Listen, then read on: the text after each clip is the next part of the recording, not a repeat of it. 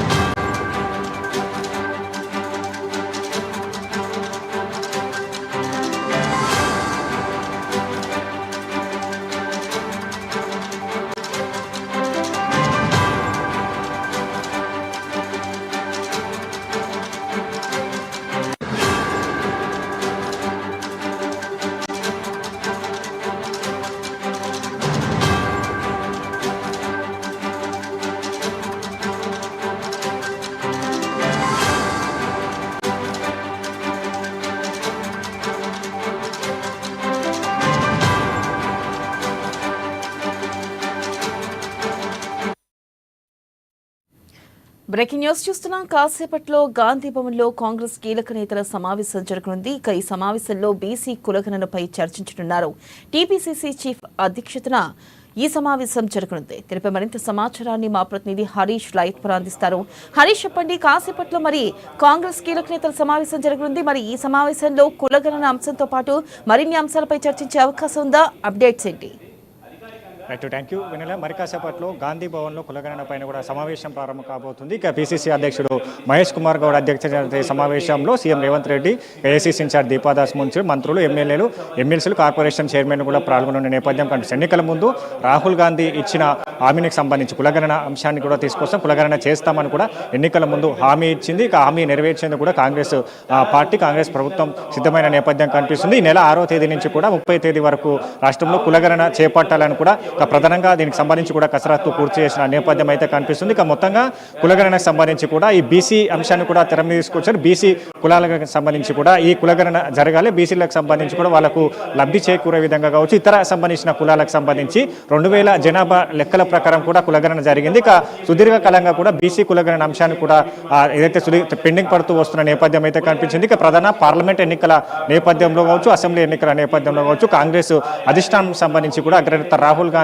హామీ మేరకు కాంగ్రెస్ పాలిత రాష్ట్రాల్లో కులగణన చేపడుతున్న నేపథ్యం అయితే కనిపిస్తుంది. వైపు కర్ణాటకలో కూడా ఇప్పటికే కులగణన సంబంధించి కూడా అక్కడ అమలు చేసిన నేపథ్యంలో కులగణన చేసిన తర్వాత ఇప్పుడు ప్రత్యేకంగా తెలంగాణ రాష్ట్రంలో సంబంధించి కూడా కులగణన చేయనున్న నేపథ్యం అయితే కనిపిస్తుంది. ప్రధానంగా ఈ సమావేశంలో కూడా కీలకంగా పలు నిర్ణయాలపైన కూడా చర్చించే అవకాశం అయితే కనిపిస్తుంది. కులగణన అంశాన్ని కూడా బలంగా ప్రజల్లోకి తీసుకెళ్లాలి, క్షేత్రస్థాయిలోకి కులగణని ప్రజల్లోకి వివరించాలి. కులగణన చేపడతామని కూడా గత ప్రభుత్వాలు ఇచ్చిన హామీని అంటింటి కూడా విస్మరించింది. కాంగ్రెస్ ప్రభుత్వం ఇచ్చిన హామీలకు కట్టుబడి ఉంది. ఇక మరోవైపు 6 గ్యారంటీలకు సంబంధించిన అమలు కావచ్చు, ఇక కులగణనకు సంబంధించి కూడా అమలు కావచ్చు, ఎన్నికల ముందు ఇచ్చిన హామీని నెరవేర్చబోతున్నాం. మరోసారి ఇప్పుడు కులగణన చేపడుతున్నాం కాబట్టి క్షేత్రస్థాయిలో ఈ అంశాన్ని బలంగా తీసుకెళ్లాలి, జనాల్లో తీసుకెళ్లాలి. ఇక కులగణన ద్వారా ద్వారా కూడా ఆయా సామాజిక వర్గాలకు సంబంధించి కూడా ఎలాంటి మేలు జరగబోతుంది, దానికి సంబంధించి కూడా క్షేత్రస్థాయిలో వివరించేందుకు ఈరోజు ఈ సమావేశంలో కూడా పలు నిర్ణయాలు సూచనలు కూడా సీఎం రేవంత్ రెడ్డి అలాగే పిసిసి చీఫ్ మహేష్ కుమార్ గౌడ్ సంబంధించి కూడా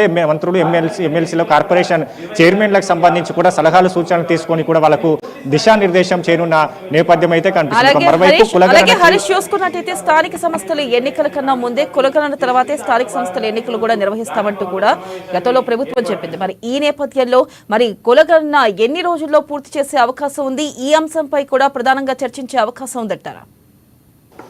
రైట్, ఈ నెల 6వ తేదీ నుంచి కూడా కులగణన ప్రారంభించేందుకు కూడా ఇప్పటికే కసరత్తు పూర్తయిన నేపథ్యం అయితే కనిపిస్తుంది. 6వ తేదీ నుంచి 30వ తేదీ వరకు కూడా పూర్తిగా కులగణన చేపట్టాలి. ఇందుకు సంబంధించిన కూడా ఏర్పాట్లు కూడా సిద్ధమైన నేపథ్యం ఉంది. మరోవైపు దానికి సంబంధించి కూడా పూర్తిగా అంటే ఒక్కొక్క ఏదైతే ఎమ్యూనేటర్కి సంబంధించి కూడా 15 కుటుంబాలను వాళ్ళకు పరిగణలోకి ఇచ్చారు. ఆ 15 కుటుంబాలకు సంబంధించి కూడా వాళ్ళు ఒక్క రోజు ఒక్కొక్క ఎమ్యూనేటర్కి సంబంధించి కూడా సర్వే చేస్తారు. కులగణనకు సంబంధించి కూడా పలు అంశాలు అంటే 2 పార్టులుగా విభజించిన నేపథ్యం అయితే కనిపిస్తుంది.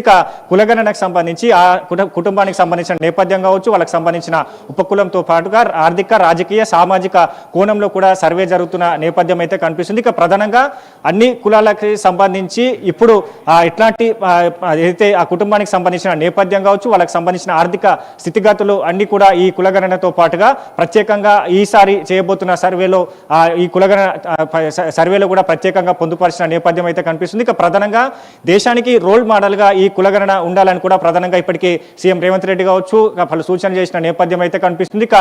అయితే ఇప్పటికే అంటే ఇతర రాష్ట్రాలు తెలంగాణని రోల్ మోడల్గా తీసుకోవాలి, కులగణన అంశాన్ని కూడా ఇతర రాష్ట్రాలు తీసుకునే విధంగా కూడా కులగణన జరగాలని కూడా ప్రత్యేకంగా సీఎం రేవంత్ రెడ్డి చెప్పిన నేపథ్యం అయితే కనిపిస్తుంది. కాబట్టి ఈ రోజు సమావేశంలో కూడా పలు సూచనలు కూడా చేసే అవకాశం అయితే కనిపిస్తుంది. ఎందుకంటే వచ్చే స్థానిక సంస్థల ఎన్నికలు ఉన్న నేపథ్యం కావచ్చు, మరోవైపు జనవరి చివరిలో కూడా జిహెచ్ఎంసీ ఎన్నికలకు సంబంధించి కూడా మూస్తున్న నేపథ్యం అయితే కాలపరిమితి ఉంది. కాబట్టి అందుకు సంబంధించిన ఈ 2 ఎన్నికలకు సంబంధించి కులగణన చేస్తే ఆ సామాజిక వర్గాలకు సంబంధించి రాజకీయ అవకాశాలు కావచ్చు, రాజకీయంలో రిజర్వేషన్లు కావచ్చు, ఇట్లాంటి అంశాలన్నిటిని కూడా ప్రజల్లోకి తీసుకెళ్లాలి, జనాల్లోకి తీసుకెళ్లాలి, బలంగా ప్రచార అస్త్రాలుగా ఈ కులగణను తెర మీదకి తీసుకెళ్లాలని కూడా ప్రత్యేకంగా పిసిసి భావిస్తున్న నేపథ్యంలో ఈ అంశాలపైన కూడా ఈరోజు చర్చించి దిశానిర్దేశం చేరున్నారు. వినలే.